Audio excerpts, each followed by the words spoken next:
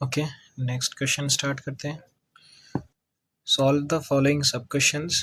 Show that, जिसमें first है, show that points P Q R S R the vertices of parallelogram. अब इसके लिए सबसे ज़रूरी चीज़ ये, पैरेललोग्राम की एक प्रॉपर्टी क्या होती है जो उसको पैरेललोग्राम बनाती है, मीन्स कोई भी क्वाड्रिलेटरल को, right. So any quadrilateral we can say it as a parallelogram only when, जब उसके ऑपोजिट साइड पैरेलल और इक्वल होने चाहिए। मीन्स पी क्यू कॉन्ग्रेंट और इक्वल टू एस आर होना चाहिए, और पी एस किसके बराबर होना चाहिए, P S equal to Q R होना चाहिए, राइट। सो ये दो अगर कंडीशंस ट्रू होते हैं तो in that case we can say कि ये जो है quadrilateral P Q R S is a parallelogram, क्योंकि जिसके अंदर अपोजिट साइड्स एक तो पैरेलल होते हैं और क्या होते हैं, जिसके अंदर डिस्टेंस दोनों का सेम आता है। अब क्या करेंगे, लेट्स सी, सिंपल सॉल्व कर दें। सबसे पहले वील राइट कोऑर्डिनेट्स। कोऑर्डिनेट्स क्या क्या गिवन है यहाँ पे, कोऑर्डिनेट्स लिख लेंगे सबसे पहले। सो P है मेरे पास, P के कोऑर्डिनेट है 1, -2, राइट। Q के कोऑर्डिनेट है मेरे पास 5, 2। R के कोऑर्डिनेट है मेरे पास 3, -1।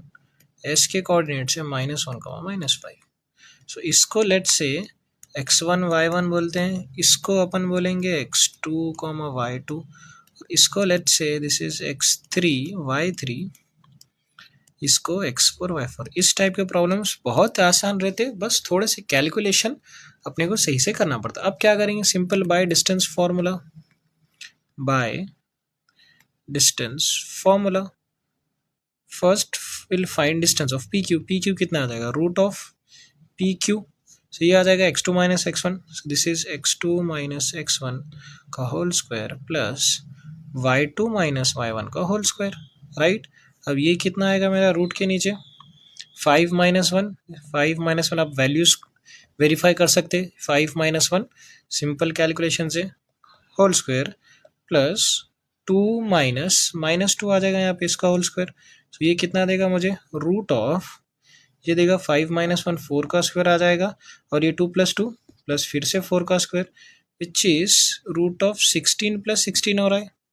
मीन्स इसको मैं ऐसे लिखता हूँ कि रूट ऑफ 2 टाइम्स ऑफ 16 लिखता हूँ मैं इसको, राइट। सो ये क्या हो जाएगा, 2 एज इट इज रहेगा और 16 बाहर आके 4 बनेगा। तो डिस्टेंस ऑफ पी क्यू कितना आ रहा है मेरे पास, P Q is equal to 4√2 हो रहा है मेरा। इसको मैं डालता हूँ इक्वेशन नंबर 1। चलो अब क्या करूँगा मैं, अब let's find out Q R. Similarly Q R कितना आ जाएगा, अगेन फिर से बाय डिस्टेंस फॉर्मूला। अब क्यू आर के लिए वैल्यूज़ क्या है, Q R means x3 - x2 लेना पड़ेगा। तो यहाँ पे आ जाएगा x3 - x2 whole square plus y3 - y2 whole square, correct. अब ये आ जाएगा मेरा 3 - 5 और -1 -2, ये आ जाएगा 3 - 5। अब वैल्यूज चेक करते, कोऑर्डिनेट्स चेक कर सकते एक बार, कोऑर्डिनेट्स जितनी भी है, plus -1 - 2 whole square.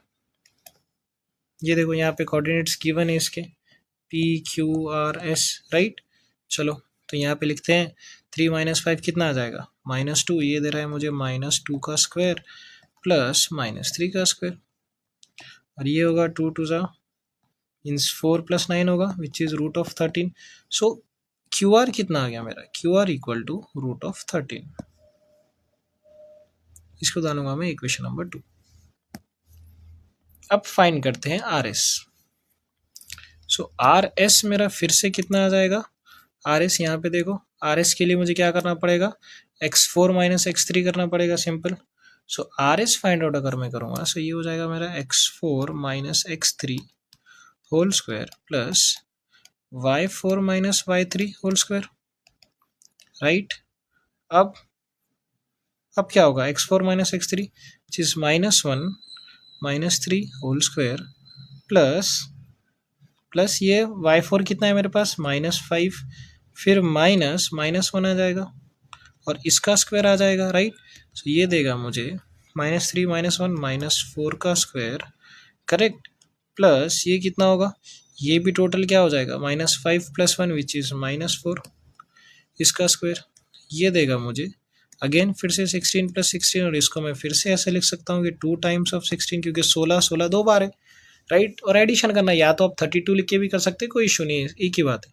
2 as it is रहेगा, 16 बार आगे 4 हो जाएगा, ये हो जाएगा मेरा 4√2।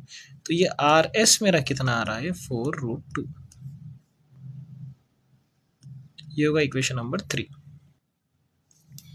फिर से अपने को एक चीज़ करना पड़ेगा, जो है PS। अब PS भी फिर से सॉल्व करने का बताऊंगा नहीं मैं, क्योंकि इजी है। सो PS को अगर आप सॉल्व करोगे, विच इज़ x4 - x1, तो यहाँ पे आ जाएगा रूट ऑफ PS आएगा मेरा x4 - x1 का whole square plus y4 - y1 का होल स्क्वायर। इसको सिमिलरली सेम वे में सॉल्व करोगे तो ये आपको देगा, ये अगेन सेम आने वाला है √13 सॉल्व करने के बाद। अब ये हो गया मेरा इक्वेशन नंबर 4। अब मैं क्या करूंगा कि फ्रॉम इक्वेशन 1 एंड 3, ये देखो इक्वेशन 1 और 3 सेम आ रहे, 4√2 4√2, और इक्वेशन 2 और 4 सेम आ रहे, √13 so I will write here directly कि PQ here PQ equal to RS and QR equal to PS। और ये किस बेस पे आ रहा है, फ्रॉम इक्वेशन 1 एंड 3, करेक्ट। यहाँ पे लिख दूंगा मैं 1 एंड 3, और यहाँ पे लिखूंगा मैं फ्रॉम इक्वेशन 2 एंड 4 के कितना आ रहा है, QR इक्वल टू PS आ रहा है। अब ये जैसे हो गया, वी नीड टू राइट थोड़ा सा थ्योरेटिकल यहाँ पे लिखना पड़ेगा। क्या लिखोगे यहाँ पे कि क्वाड्रिलेटरल, यहाँ पे लिखते हैं अपन quadrilateral PQRS is a parallelogram when, और सीधा यहाँ पे लिख सकते हो therefore quadrilateral PQRS is a parallelogram. और रीजन अगर लिखना है तो रीजन लिखोगे भी तो बेटर है, रीजन लिख लो, क्योंकि any quadrilateral is a parallelogram कब होता है पैरेललोग्राम कोई भी quadrilateral, if both pairs of its opposite side, if are congruent, अगर ये कॉन्ग्रेंट है तभी ये क्या होगा, मेरा पैरेललोग्राम हो जाएगा। अब इसके बाद नेक्स्ट क्वेश्चन देखते हैं। नेक्स्ट क्वेश्चन है, prove that tangent segment drawn from an external point is to a circle is congruent. ये one of the most important question है, ऑलमोस्ट हर साल होता है ये। लेट्स सी इसको कैसे सॉल्व करेंगे, सिंपल एकदम आसान है। उसके लिए फर्स्ट फिगर ड्रॉ करना पड़ेगा। फिगर कैसा आएगा ये थ्योरम का, फिगर कुछ ऐसे आएगा, सिंपल यहाँ पे एक सर्कल आ जाएगा मेरा, राइट, और ये एक एक्सटर्नल पॉइंट है जहाँ से ये एक टेंजेंट है, करेक्ट, और ये एक्सटर्नल पॉइंट यहाँ से एक टेंजेंट, राइट, और ये सेंटर आ गया मेरा, ये ज्वाइन कर देंगे सेंटर को, 1 सेकेंड, ये सेंटर को ज्वाइन करते हैं यहाँ से, करेक्ट, और ये दोनों को ऐसे ज्वाइन करेंगे और ये दोनों को ऐसे ज्वाइन करेंगे, राइट। काम करते हैं इसको थोड़ा सा,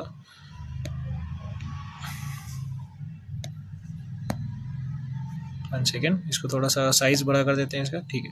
चलो अब यहाँ पे देखो कि अगर मैं ये वाला बात करूँ तो ये हो जाएगा मेरा 90 डिग्री, ये हो जाएगा मेरा फिर से 90 डिग्री, और इसको नाम देते हैं suppose this is my P, और ये एक्सटर्नल पॉइंट मेरा D है, दिस इज़ माई Q, और ये सपोज A है मेरा, राइट। तो अब इसके अंदर थ्योरम कोई भी लिखना है तो 4 सेक्शंस लिखते हैं अपन। सबसे पहले लिखते हैं गिवन, और इस गिवन यहाँ पे लिख दो basics, A is centre of circle, correct, and D tangents through point D touches a circle eight point P and Q, ये सब लिख लो। सिर्फ गिवन में तुमको फिगर एक्सप्लेन करना है कि क्या फिगर है, राइट। और suppose this is D external point ऐसे लिख दो, इतना हो जाएगा, रेक्टिफिकेशन करने का कोई जरूरत नहीं है। नाउ अब यहाँ पे लिखेंगे अपन टू प्रूफ क्या करना है, टू प्रूफ, राइट,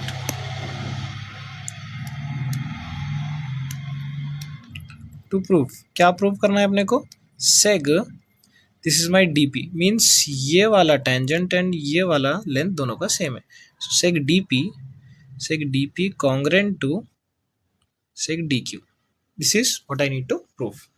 अब इसके अंदर कंस्ट्रक्शन वाला पार्ट आता है। कंस्ट्रक्शन क्या करना है अपने को, कंस्ट्रक्शन, ये तो गिवन फिगर था, कंस्ट्रक्शन में क्या करना है अपने को, सिर्फ अपन लिखेंगे कि हमने ये दोनों को ज्वाइन किया है, ए क्यू को एंड ए पी को। तो यहाँ पे लिख देंगे simple, draw सेग A P and नहीं, यहाँ पे कॉमा लिखेंगे, सेग A P A D and A Q, क्योंकि अपन ये तीनों को भी ज्वाइन कर रहे हैं एक्सटर्नल पॉइंट से, राइट। चलो अब यहाँ पे आएगा प्रूफ।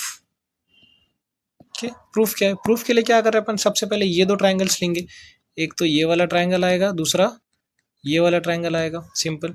तो ट्राइंगल्स के नाम लिखते हैं यहाँ पे, in triangle P A D and triangle Q A D.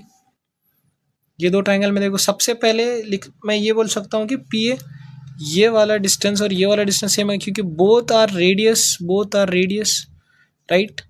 So I'll write here segment PA congruent to seg QA। क्यों congruent आएगा? क्योंकि these are radii of same circle, right। Next कौन सा साइड आएगा? ये देखो, ये AD वाला जो साइड है, ये दोनों भी ट्रायंगल में है, तो ये कॉमन है साइड, तो इसको लिख लेंगे फिर seg AD congruent to seg AD। क्यों? क्योंकि ये कॉमन है। अब उसके बाद I'll write कि एंगल APD, जो ये वाला जो एंगल है, ये मेरा है 90 डिग्री और ये भी मेरा 90 डिग्री है। कौन से वाले थ्योरम से? टेंजेंट थ्योरम से। So I'll write here angle APD equal to angle AQD equal to 90 degree cause tangent theorem, right. अब ये 90 डिग्री है, मतलब ये राइट एंगल है और ये हाइपोटेनस सेम आ रहा है। सो ये क्या बनेगा? हाइपोटेनस एक तो सेम आ गया और एक साइड सेम आ गई, तो ये बन जाएगा सीधा हाइपोटेनस साइड टेस्ट से दोनों ट्रायंगल्स कॉन्ग्रुएंट बता सकते हैं। So therefore triangle PAD congruent to triangle QAD by कौन सा test? By hypotenuse side test, right. ये दो ट्रायंगल्स क्या आ गए? कॉन्ग्रुएंट आ गया। अब एक बार दोनों ट्रायंगल्स कॉन्ग्रुएंट आ गए तो इनके सारे करस्पॉन्डिंग एंगल्स भी और इनके साइड्स भी क्या आने वाले? सेम आने वाले। तो मैं सीधा ये बोल दूंगा कि सेग PD जो है या फिर seg DP, this is equal to seg QD या फिर DQ। So I will write here directly seg, therefore proof क्या करना था अपने यहाँ पे? DP। Therefore seg DP congruent to seg DQ। और क्यों कॉन्ग्रुएंट आ रही है? Because they are corresponding sides of congruent triangles, right. दो कॉन्ग्रुएंट ट्रायंगल्स के करस्पॉन्डिंग साइड्स है, और यहाँ पे लिख दोगे सीधे हेंस प्रूव्ड, और यहाँ पे हो जाएगा क्वेश्चन खत्म। अब फोर्थ क्वेश्चन देखते हैं। How many solid cylinders of radius 10 centimetre and height 6 centimetre can be made by a melting solid sphere of radius 30 centimetre. अब यहाँ पे क्या फाइंड आउट करें? कितने ऐसे सॉलिड सिलेंडर्स बन सकते ये सॉलिड स्फीयर से। तो यहाँ पे क्या करेंगे? सबसे पहले will suppose let the number of cylinders be n। इसको लेट से कि n सपोज करते हैं कि n नंबर ऑफ सिलेंडर्स बन रहे हैं। अब गिवन डेटा क्या मेरे पास गिवन है? रेडियस ऑफ स्फीयर गिवन है, राइट। रेडियस ऑफ स्फीयर, इसको अगर मैं r से डिनोट करूं, ये कितना है? 30 सेंटीमीटर। क्वेश्चन में गिवन है यहाँ पे, सी ईयर क्वेश्चन में गिवन है 10 सेंटीमीटर 6 और ये 30 सेंटीमीटर। 30 सेंटीमीटर क्या है? Radius of sphere. अब क्या करेंगे? रेडियस ऑफ सिलेंडर गिवन है, रेडियस ऑफ सिलेंडर, इसको लेट से कैपिटल R कंसीडर करते हैं, और ये दिया हुआ है उसने 10 सेंटीमीटर। फिर हाइट ऑफ सिलेंडर भी गिवन है, करेक्ट। हाइट ऑफ सिलेंडर, इसको लेट से H, तो ये कितना आ जाएगा मेरे पास? 6 सेंटीमीटर है। अब बड़ा क्या है इसके अंदर? इसके अंदर बड़ा सॉलिड स्फीयर है, क्योंकि सॉलिड स्फीयर को मेल्ट करके अपन छोटे छोटे उसके सॉलिड सिलेंडर्स बना रहे हैं, और वो देखना है कि कितने सिलेंडर बनेंगे। तो सबसे पहले अपन क्या करेंगे? वॉल्यूम फाइंड आउट करेंगे। किसका? स्पीयर का, volume of sphere equal to 4/3 pi r cube. ये तो फॉर्मूला है, फॉर्मूला याद रहना जरूरी है। तो इस केस में कितना आ जाएगा 4/3 इंटू पाई, इसको एज इट इज रखते हैं फिलहाल, मल्टीप्लाई नहीं करेंगे ना ही 22/7 लिखेंगे, राइट। एंड आर क्यूब कितना आ जाएगा, दिस इज 30 का क्यूब। सो 30 का क्यूब कितना आएगा, इसको मैं लिखता हूँ 4 इंटू पाई, राइट। अब 30 का क्यूब क्या आएगा, इसको मैं ऐसे लिख सकते हैं कि अपन 4/3 पाई इंटू 30 का स्क्वायर, ऐसे लिखेंगे इसको, करेक्ट। तो यहाँ पे क्या आ जाएगा 3 1 3 ये 10 आ जाएगा। सो 4 पाई इंटू 10 इंटू 30 का स्क्वायर। अब ये 4 पाई 4 इंटू पाई 40 पाई हो जाएगा, right.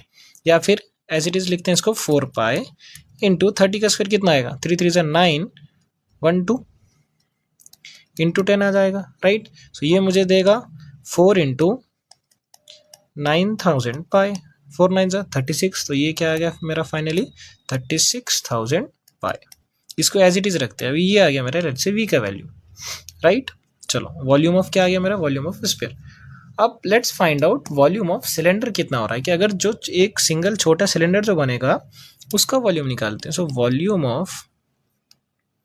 Volume of cylinder equal to pi r square h. अब यहाँ पे ये स्मॉल आर नहीं लिख सकता हूँ मैं, क्यों, क्योंकि स्मॉल आर तो मैंने स्फीयर के लिए कंसिडर किया था, इसके लिए मैंने कैपिटल आर कंसिडर किया था sphere, volume of cylinder capital R, right. चलो तो ये पाई आर स्क्वायर एच आ जाएगा। अब पाई की value as it is, r capital R का वैल्यू कितना है, यहाँ से 10 गिवन है, करेक्ट। तो यहाँ पे अपन लिखेंगे 10 का स्क्वायर इंटू हाइट, हाइट कितना दिया हुआ है, हाइट दिया हुआ है 6, यहाँ पे आ जाएगा 6। तो ये टोटल क्या हो रहा है 10 का स्क्वायर 100 और ये इंटू 600 पाई आ जाएगा सीधे सीधे यहाँ पे वॉल्यूम ऑफ सिलेंडर। अब मुझे पता है कि नंबर ऑफ सिलेंडर्स कितने बनेंगे। सपोज मेरे पास टोटल 100 रुपये है, 100 रुपये में से मैं ये बोल रहा हूँ कि एक पेन 10 रुपये का है, तो टोटल कितने पेन्स मैं खरीद सकता हूँ। सो ये कितना आ जाएगा, सिंपल 10 आ जाएगा इसका answer. Similarly in the same manner क्या बोल सकता हूँ मैं, कि अगर मेरे टोटल वॉल्यूम मेरे पास इतना है, राइट, टोटल वॉल्यूम मेरे पास क्या है 36 पाई का वॉल्यूम है मेरे पास, राइट। सो 36 पाई के वॉल्यूम में से ऐसे कितने 600 पाई के वैल्यूज में निकाल सकते हो। तो कैसे करेंगे, सिंपल, यहाँ पे आई विल राइट एन का value number of cylinders, right, number of cylinders जिसको अपन एन से डिनोट करें, कितना आ जाएगा मेरा total volume which is volume of sphere divided by volume of one cylinder, correct. So ये कितना देगा मुझे, ये हो रहा है मेरा 36,000 पाई डिवाइडेड बाय 600 पाई। अब इसलिए अपन ने पाई को सब्सटीट्यूट नहीं करे थे, राइट, मीन्स इसका अगर वैल्यू रखते तो मल्टीप्लिकेशन करना पड़ता, कॉम्प्लिकेट होता प्रॉब्लम। एनी हाउ ये कैंसिल होने वाला है, पाई पाई कैंसिल हो गया, ये 2 जीरो यहाँ से कैंसिल आउट हो गया, राइट। चलो अब बचा क्या यहाँ पे 6 1 6 6 6 36 60। सो ये आ गया 60। सो यहाँ पे मैं लिख सकता हूँ एन का वैल्यू कितना आ गया 60। So therefore I'll write in words here, therefore there are 60 cylinders that can be made by using sphere or by melting the spheres। यहाँ पे हो गया अपना ये वाला प्रॉब्लम खत्म, okay. Solve the following sub questions. In the following figure DE parallel to BC given है, right। Question में ये कि ये DE this is parallel to BC and if DE 4 and BC दिया है यहाँ पे 8, area of triangle ADE mean equal to 25 means ये वाला टोटल एरिया उसने दिया है कि टोटल 25 स्क्वायर सेंटीमीटर है। Find area of triangle ABC, मतलब इस सारे ABC का एरिया अपने को फाइंड आउट करना है। अब इसको कैसे फाइंड आउट करेंगे, सिंपल, सबसे पहले स्टार्ट करते हैं गिवन से। ऑलवेज लिख लो, मैं बोलता हूँ हमेशा गिवन लिख लो, तुमको आइडिया आ जाएगा कि क्या कैसे सॉल्व करना है, right. So DE parallel to BC, first point जो कि गिवन है। DE का वैल्यू गिवन है which is 4 centimetre, B C का वैल्यू गिवन है which is 8 centimetre, area of triangle A D E ये भी गिवन है, ये है 25 सेंटीमीटर स्क्वायर। अब अपने को area of triangle A B C find out करना है। अब ये कैसे फाइंड आउट करेंगे, इसके लिए सबसे पहले देखते हैं ये दोनों ट्राइंगल्स को। कौन से ट्राइंगल्स, इन ट्राइंगल, यहाँ पे लिखते हैं solution, in triangle A D E right and triangle A B C, इसके अंदर कुछ कॉमन लग रहा है क्या, ये देखते हैं, सी हियर। अब अगर मैं ये छोटे ट्राइंगल की बात करूँ ए डी ई की और ए बी सी की, तो ये एंगल ए एक तो मेरा कॉमन आ जाएगा, दूसरा ये डी ई और बी सी अगर पैरेलल है तो ये दो एंगल्स भी सेम आएंगे करस्पॉन्डिंग एंगल से, और ये दोनों एंगल्स भी सेम आएंगे विच इज एक्स एक्स, ये दोनों भी क्या रहेंगे, करस्पॉन्डिंग एंगल्स। तो यहाँ पे ये दोनों ट्राइंगल सिमिलर हो रहे हैं। So let's see, I will write here directly angle A B C congruent to angle ADE, means A B C congruent to ADE, क्यों, क्योंकि करस्पॉन्डिंग एंगल से, corresponding angles right, corresponding angles. Next है angle कौन सा वाला, A वाला common है right, so angle B A C congruent to angle D A E right. और ये क्यों, ये क्योंकि ये कॉमन एंगल है दो ट्रायंगल्स के बीच में। नाउ अब ये दोनों के बेस पे भी डायरेक्ट एंगल टेस्ट से ये दोनों सिमिलर होते हैं, फिर भी लिखना है तो और एक वाला एंगल लिख लो, कोई इश्यू नहीं है।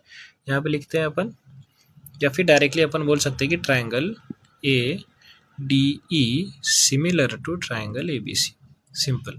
कौन से वाले टेस्ट से, by angle similarity criteria right.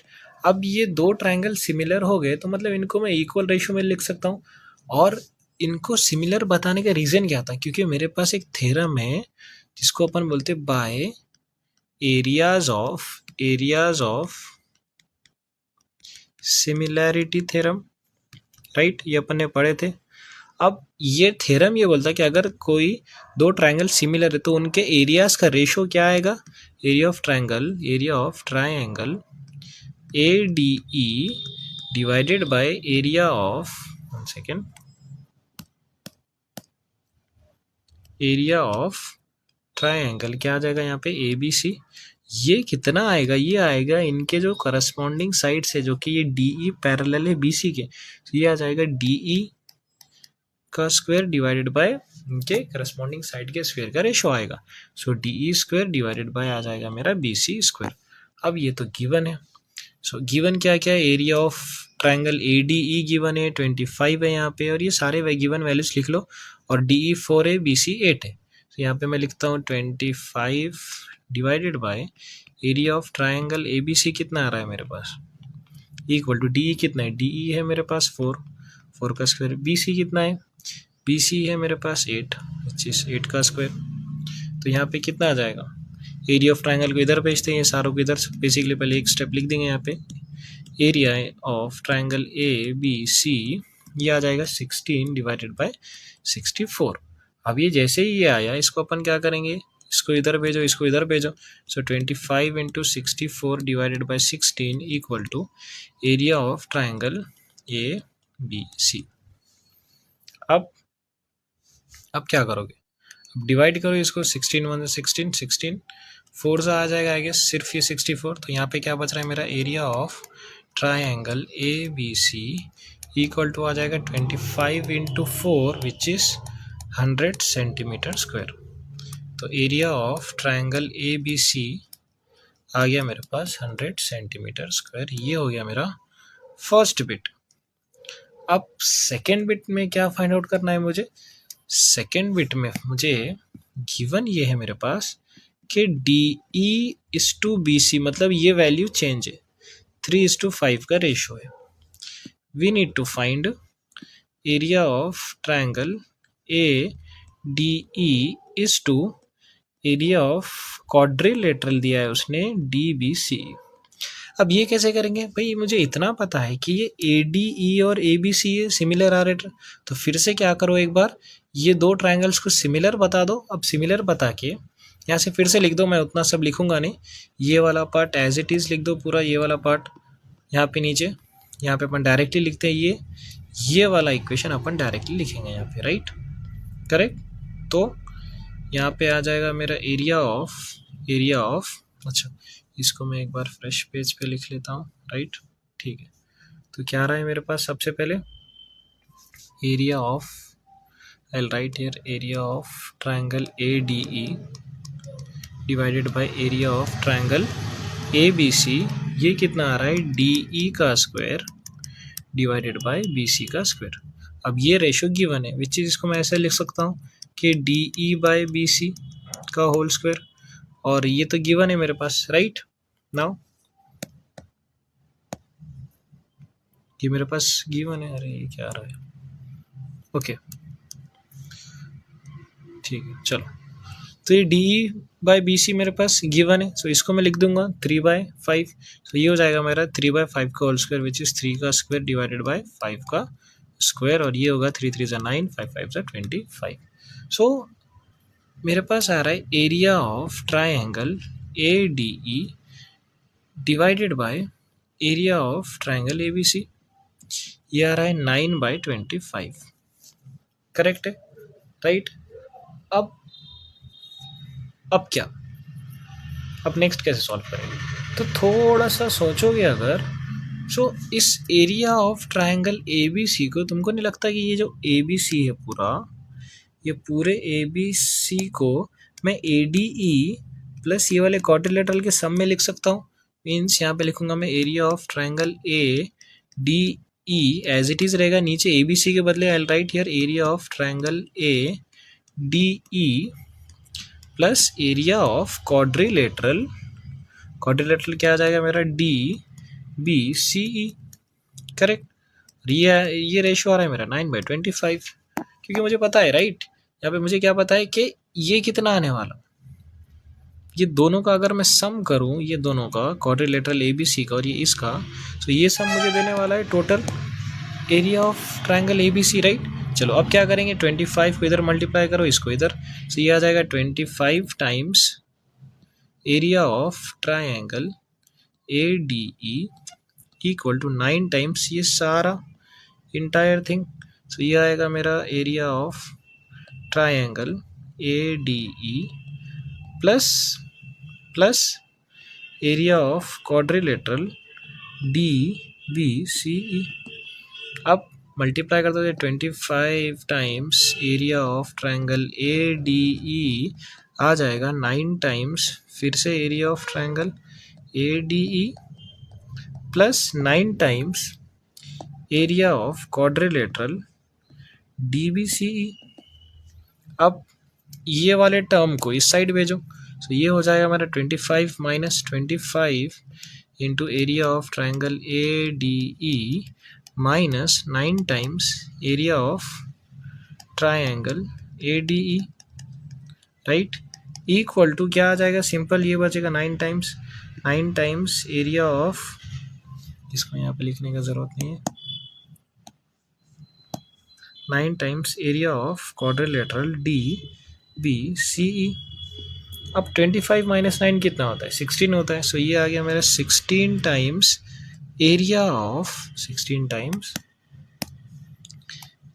Of triangle ADE equal to 9 times area of quadrilateral DBCE। मुझे यही पता करना था कि अब क्या करूँगा मैं, ADE इस टू DBC, मतलब इसको इस साइड भिजा दूंगा, इसको इस साइड, तो ये क्या हो जाएगा, area of triangle, right, ADE divided by area of quadrilateral DBCE, ये हो जाएगा मेरा 9 एज इट इज़ रहेगा, और ये आ जाएगा 16 इस साइड, सो ये कितना हो रहा है 9/16, विच इज़ अगर रेशो में लिखो इसको, ये हो जाएगा मेरा 9:16, ये हो गया मेरा फाइनल आंसर।